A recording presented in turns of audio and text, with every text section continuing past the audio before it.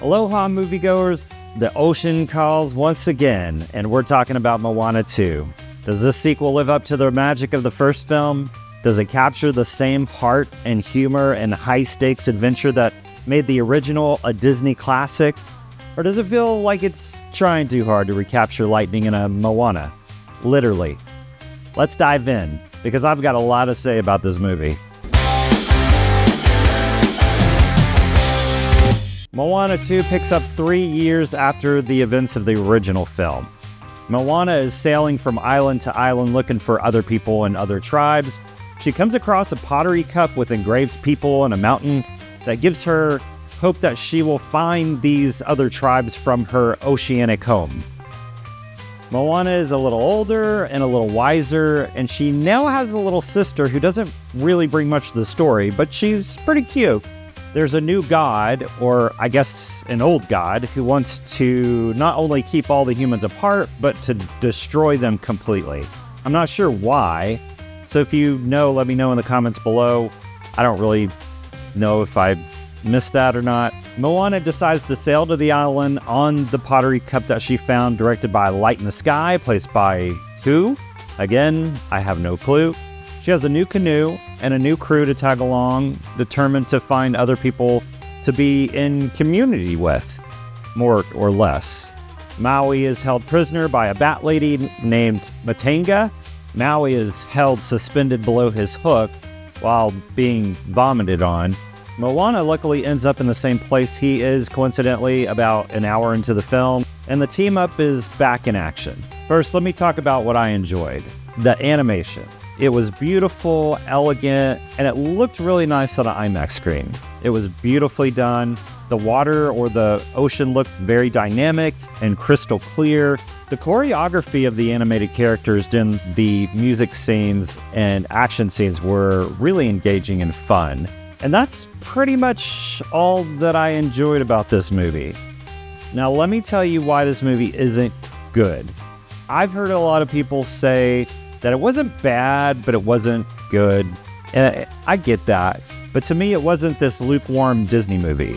To me, it felt like a desperate money grab sequel. Moana 2 was actually in development in 2020 to be a Disney Plus TV show. For some reason, Bob Iger was against that and had them pull it apart into a hour and 40-minute sequel. And to me, it feels just like that. Starting with the new characters. She recruits these new people to help on the canoe who have no business being there. Besides maybe one who helps out later on. They have no character development and they aren't very bright. The one who helps figure out a problem in the third act was predictable, but I kind of liked her personality. She was kind of funny, but I think they may have had a bigger story in the series that they cut for the movie. The first half of the movie has so much exposition, and you're just waiting for her to leave to go on this adventure. They talk about the same things kind of over and over again. It was so dry and dull. I kept wondering when Maui was going to really show up for this thing. He is a great character, one of my favorite characters. And when he does show up, he doesn't really do much to advance the story. He's just there to help out, which is fine. In the first movie, he was pivotal to the plot. Here, not so much. During the movie, I kept holding on to false hope that things would kind of turn around. I kept telling myself, just wait for it. Wait for the Maui song. It's coming. I can feel it. But when it came, I was pretty disappointed. I mean, after hearing You're Welcome the first time, there's no need to pray, it's okay, you're welcome. Ha! I sang it for days. It was so memorable and so engaging. That is the beauty and talent of Lin-Manuel Miranda, writer of Hamilton, In the Heights, and most of the first Moana songs in the original. And sadly, he wasn't a part of Moana 2's musical numbers, and it shows. The musical numbers are pretty forgettable, except for the last song that was actually in the original movie. There's also new directors attached to this movie, David G. Derrick Jr., along with Jason Hand and Dana Miller. The directing isn't bad, actually. There are some fun scenes. The problem is the story. You have two fairly new writers who haven't been involved in any animation films, and the story to me wasn't solid or thought out. The main villain you never actually see, and he sends a lot of storms for them to fight. I feel like they were always fighting a storm. It looks like they are saving him for a third movie because he shows up finally in the post-credit scene, like Thanos in the Avengers movie. The writing to me was very lazy.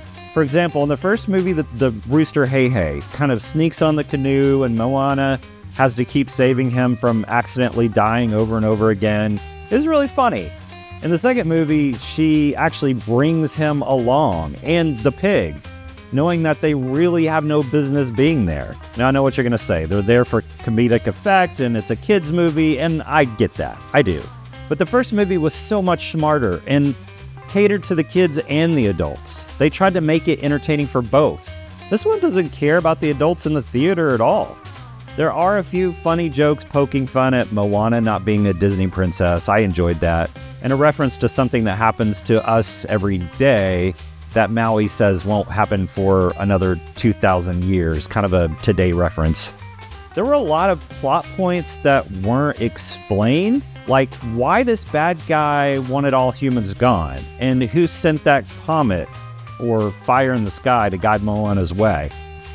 And what about this sort of alternate reality or the upside down world where the ocean can't help her? Don't worry, this isn't a spoiler because honestly, I had no idea what was happening. The end of the third act was fine and everything is resolved and everyone's happy. I actually liked the way it ended. It gave the movie a little heart, which I thought was severely lacking. The first movie had so much of it, I guess they ran out. I wonder if they thought this was going to be like Toy Story 2.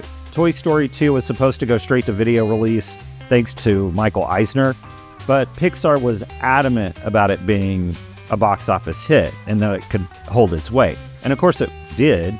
It was a mega hit. Straight to release sequels were a big thing for Disney back then. They were also money grabs and a hard time for animation. Moana 2 to me is a huge mess with too much unnecessary exposition in the beginning. The songs are not memorable or fun. It takes way too long to get to the Moana Maui team up. They're fighting a faceless enemy, the story is weak, and the new characters add no depth to the story. I'll give Moana 2 2 stars for amazing animation and some pretty decent backstory on the coconut people. The only two things that I really enjoyed in this movie, again, I think it's supposed to be a TV series, and they cut it down. So I get it. So what do you think? Am I being too harsh on the House of Mouse? Have you seen it? Are you planning on seeing it? What are your thoughts on my take of this movie? Let me know in the comments below. If I'm being too harsh, maybe. By the way, happy Thanksgiving to everyone. Hope you have a great one. And if you haven't seen it this year, watch the best Thanksgiving movie ever, in my opinion. Trains, Planes, and Automobiles. Honestly, some people haven't seen it. It's the greatest movie.